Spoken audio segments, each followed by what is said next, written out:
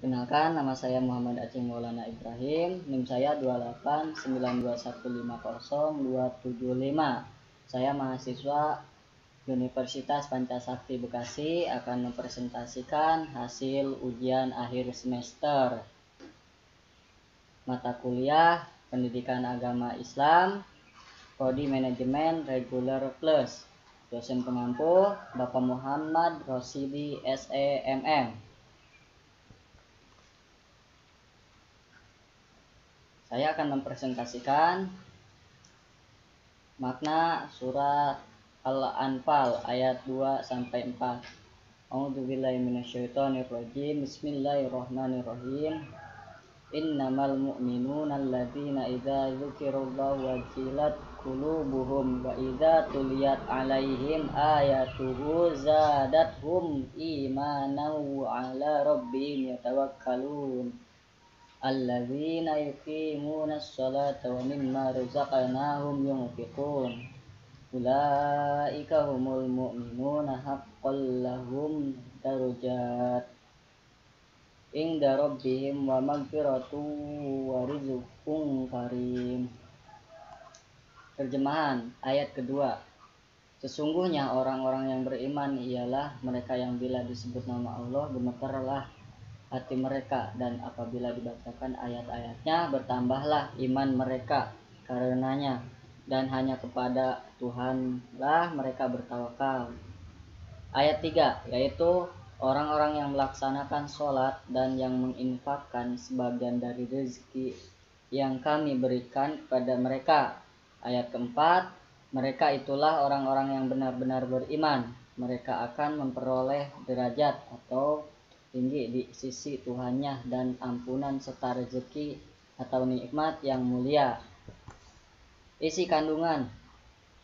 Allah Subhanahu wa taala menyebutkan di dalam surat Al-Anfal ayat 2 sampai 4 tentang ciri-ciri orang beriman yang sebenarnya meliputi: yang pertama, memiliki rasa gemetar hatinya pada Allah Subhanahu wa taala.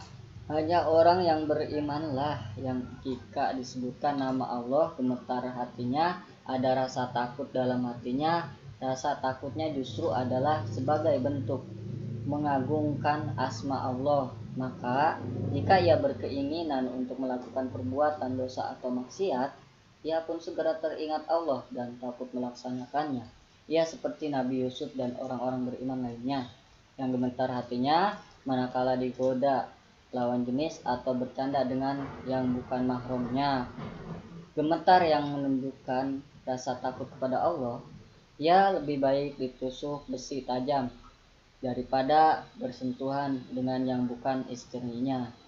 Ia pun lebih baik sendirian atau malah dengan keluarganya daripada dengan yang bukan mahram, yang hanya mendatangkan dosa demi dosa dari tiap huruf, kata, dan kalimat, dari tiap canda tawanya, dan dari tiap kerlingan mata serta gerakan tubuhnya. Padahal ada tempat yang sah halal lagi barokah, yaitu keluarganya. Mereka orang-orang beriman yang sebenarnya akan gemetar lagi takut dengan pengawasan Tuhannya. Yang kedua, bertambah imannya jika dibacakan ayat Al-Quran. Hal ini menjadikan bukti keimanan seseorang ketika Al-Quran dibaca, baik oleh dirinya maupun orang lain. Karena itu, bagi orang beriman menjadi makmum berdiri di belakang imam sholat, imam membaca ayat yang sekiranya panjang-panjang, itu adalah hak imam, dan orang beriman akan senang saja. Sebab yaitu tadi, apabila dibacakan ayat-ayat Allah maka bertambahlah imannya. Demikian pula kalau ada alim mengaji ayat-ayat Allah, ia akan senang mendengarnya. Menguraikan Al-Quran dan As-Sunnah, ia akan betah mendengarkannya. Ketiga, bertawakallah hanya kepada Allah Subhanahu wa taala. Orang yang beriman akan menyandarkan segala urusannya hanya kepada Allah, bukan kepada benda, gunung, cincin, keris, atau yang lain. Karena orang beriman itu yakin bahwa tidak akan terwujud suatu hal kecuali atas kehendak Allah. Jika Allah berkehendak terjadi, maka terjadilah. Dan jika Allah tidak berkehendak, ya tidak akan terjadi. Yang keempat, mendirikan sholat. Mendirikan sholat adalah bukti keimanan seseorang. Di samping karena memang sholat adalah tiangnya agama, kalau ia menegakkan sholatnya sama dengan ia menegakkan agamanya. Sebaliknya, manakala ia meruntuhkannya, tidak memperhatikannya, mengabaikannya, sama juga dengan meruntuhkan, tidak memperhatikan dan mengabaikan agamanya sendiri. Yang kelima, gemar berinfak di jalan Allah. Allah Subhanahu wa taala berfirman pada lanjutan ayat, wa mimma razaqnahum yunfiqun, yang artinya, dan mereka yang menginfakkan rezeki yang kami berikan kepada mereka.